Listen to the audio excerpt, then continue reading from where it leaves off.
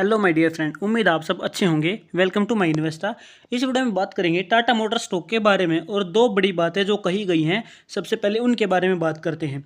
सबसे पहली बड़ी बात ये सामने आ रही है कि इस स्टॉक को निफ्टी इंडेक्स का सबसे रोस्ट स्टॉक कहा गया है। सबसे बेकार परफॉर्मेंस इस स्टॉक की कही गई है, क्योंकि ये स्टॉक बहुत ही कम समय में 1200 से गिरकर 660 पर आ गया और इसने बहुत कम समय में ही अपना 52 वीक का लो हिट कर दिया। यहाँ पर आप देख रहे हैं कि इस स्टॉक में जो गिरावट है वो अगस्त के बाद से जारी है और अगस्त के बाद से ही लेकर ये स्टॉक ने अपना 52 वीक का लो हिट कर दिया है। लेकिन दूसरी बात क्या कही गई है? दूसरी बात है एनालिस्ट ने कहा है। एनालिस्ट ने बताया कि इस स्टॉक में अब हमारी बाइंग की अपॉर्चुनिटी बन रही है। अब ये गिरावट का रीजन बता देता हूँ। गिरावट का रीजन है एफआईआई ने अपनी 2% की सेलिंग कर दी है सितंबर से दिसंबर के बीच, रिसेंट क्वार्टर के अंदर ही। इस पिछले क्वार्टर में 2% की सेलिंग करने का मतलब आप समझते हैं। इस स्टॉक का मार्केट कैप जो है ना, आप यहाँ पर इमेज में देख भी रहे हैं सारी चीज़ें जो मैं बता रहा हूँ। इस स्टॉक का मार्केट कैप 2,43,000 करोड़ का है, यानी कि इसका 2% मिनिमम से मिनिमम अगर सिंपल एवरेज भी निकालोगे तो 2,000 करोड़ है। यानी कि एक क्वार्टर के अंदर 2,000 करोड़ के शेयर्स की सेलिंग करना आप समझ रहे हैं, यानी कि स्टॉक में गिरावट तो तय थी। ठीक है, अब दूसरा क्या है, इस कंपनी के परफॉर्मेंस की बात करेंगे। क्वार्टरली परफॉर्मेंस में रेवेन्यू आपको बढ़ता दिखेगा, लेकिन वहीं अगर आप बात करोगे प्रॉफिट की तो प्रॉफिट आप देखोगे तो क्वार्टर बेस पे देखोगे तो आपको घटता दिखेगा। लेकिन वहीं ईयर ऑन ईयर बेस पे देखोगे ना, ईयरली आप देखोगे तो 2024 के अंदर जो प्रॉफिट है वो बहुत शानदार उछाल हमें देखने को मिला, जो कि लगभग 31,000 करोड़ का रहा। ठीक है, तो जो मेन चीज़ें थी मैंने आपको न्यूज़ बता दी। अगर फंडामेंटल इसके देखने जाओगे तो फंडामेंटल में आपको रिटर्न ऑन इक्विटी 33% आपको देखने को मिलेगा। कंपनी के ऊपर हल्का सा कर्ज है, ठीक है, लेकिन कंपनी के पास रिजर्व बहुत शानदार है, तो कर्ज से घबराने की बात नहीं है। कंपनी की परफॉर्मेंस बहुत शानदार है। कंपनी का आप परफॉर्मेंस यहाँ पे देख भी सकते हैं। ठीक है, तो कंपनी के जो रिटर्न 2023 के बाद से मल्टीबैग रिटर्न इस कंपनी ने अपने इन्वेस्टर को निकाल कर दिए। स्टॉक में गिरावट थी, तो अब एक अच्छी अपॉर्चुनिटी हमारी बन रही है। स्टॉक प्राइस मूविंग एवरेज 200 पर आ गया है वीकली टाइम फ्रेम के अकॉर्डिंग। प्राइस जब मूविंग एवरेज 200 पर आता है, बहुत अच्छी अपॉर्चुनिटी हमारी बन जाती है। यही चीज़ अगर मैं आपको बैक टेस्ट में करके दिखाऊंगा तो यहाँ पर भी आप ये चीज़ देख सकते हैं।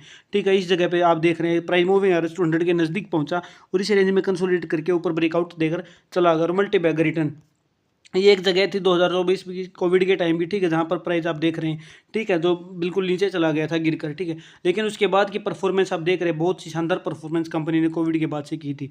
यानी कि कोविड के टाइम पे 60 रुपीज़ का स्टॉक और वही 1200 रुपये तक चला गया, तो बहुत मल्टी बैग रिटर्न अपने इन्वेस्टर को इसने निकाल कर दे दिए थे। इससे पहले की परफॉर्मेंस आप देखोगे, इससे पहले की परफॉर्मेंस भी मल्टी बैग रिटर्न वाली रही। 2008 में गिरावट, 2020 में गिरावट। इसके अलावा ठीक है, तो अभी जो स्टॉक है वो काफ़ी बड़े अरसे के बाद, इतनी करेक्शन के बाद इस जगह पर पहुंचा है। तो एनालिस्ट जो है वो क्या कहते हैं, 32 एनालिस्ट ने ये कहा है कि हमारी बाइंग की अपॉर्चुनिटी बन रही है। ठीक है, तो इस स्टॉक पे आपको नज़र बनाकर रखनी है। अभी हो सकता है एफआईआई लगातार अब भी सेलिंग कर रहा हो, और जिस हिसाब से जिस बड़े अमाउंट में एफआईआई सेलिंग कर रहा है तो स्टॉक प्राइस और भी ज़्यादा गिर सकता है और स्टॉक प्राइस 566 पर पहुंच सकता है। अब इस चीज़ को मंथली टाइम फ्रेम के अकॉर्डिंग देखते हैं। तो मंथली टाइम फ्रेम के अकॉर्डिंग जो आप देखोगे तो यहाँ पर आपको डिमांड जोन दिखेगा। ठीक है, ये एक डिमांड जोन आपको दिख रहा है, जहाँ पर आपको 2 रैली कैंडल दिख रही हैं और उनके बीच में यहाँ पर आपको बेस कैंडल्स देखने को मिल रही है। तो प्राइस अगर हम कहें तो यहाँ पर आना तय था, ऐसा माना जा सकता है, क्योंकि इंस्टीट्यूशन इसको यहाँ पर लेकर आया होगा। हो सकता है यहाँ पर बड़े ऑर्डर पेंडिंग पड़े हो, यहाँ पर दोबारा से इंस्टीट्यूशन बाइंग करे, रिटेल इन्वेस्टर को यहाँ पर निकाला जाए। लेकिन रिटेल इन्वेस्टर लगातार इसमें बाइंग कर रहा है और पिछले एक साल के अंदर 18% से बढ़कर 21% तक अब इसमें रिटेल इन्वेस्टर हो गया है। रिटेल इन्वेस्टर को पक्का यकीन है कि स्टॉक का प्राइस ऊपर जाएगा और इसको ऊपर ले जाने वाला अब आने वाले टाइम में इंस्टीट्यूशन ही रहेगा। मंथली टाइम फ्रेम के अकॉर्डिंग अगर आप इसके पैटर्न को देखोगे तो एक हायर लो का पैटर्न हमें यहाँ पर दिख रहा है।